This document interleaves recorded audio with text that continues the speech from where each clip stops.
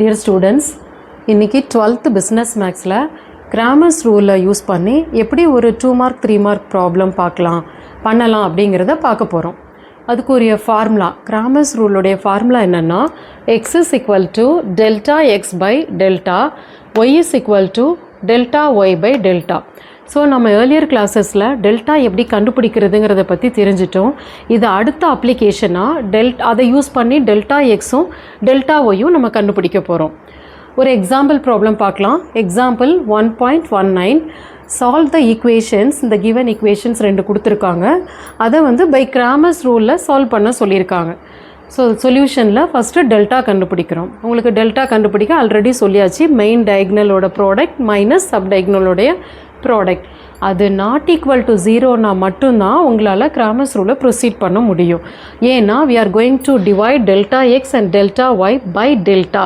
So if you get 0 in delta, what will happen? Determinant இன்ஃபினிட்டின்னு வந்துடும் உங்களுக்கு. அதாவது அந்த வேல்யூ கண்டுபிடிக்க முடியாது. ஸோ எப்போ நம்ம ப்ரொசீட் பண்ணலாம் அப்படின்னா when delta not equal to 0னா மட்டும்தான் கிராமர்ஸ் ரூலில் ப்ரொசீட் பண்ணுறோம். ஸோ நம்மளோட சம்மில் delta not equal to 0. Next delta x நம்ம ஃபைண்ட் அவுட் பண்ணுறோம். அதனோட value 35 minus 27 equal to 8. Then delta ஒய்யோட வேல்யூ 3 வந்திருக்கு. கிராமர்ஸ் ரூலுடைய ஃபார்முலா என்ன? X is equal to delta x by delta.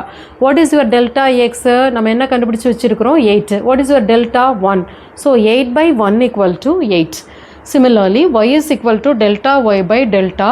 The value of delta y is -3. The value of delta is 1. So, -3 வருது.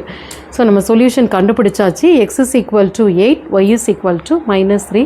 Very simple இது method. நீங்கள் இதை தெரிஞ்சுக்கிட்டீங்கன்னா Cramer's ரூலில் 2 mark 3 mark solve பண்ணுறதுக்கு ஈஸியாக இருக்கும். Thank you.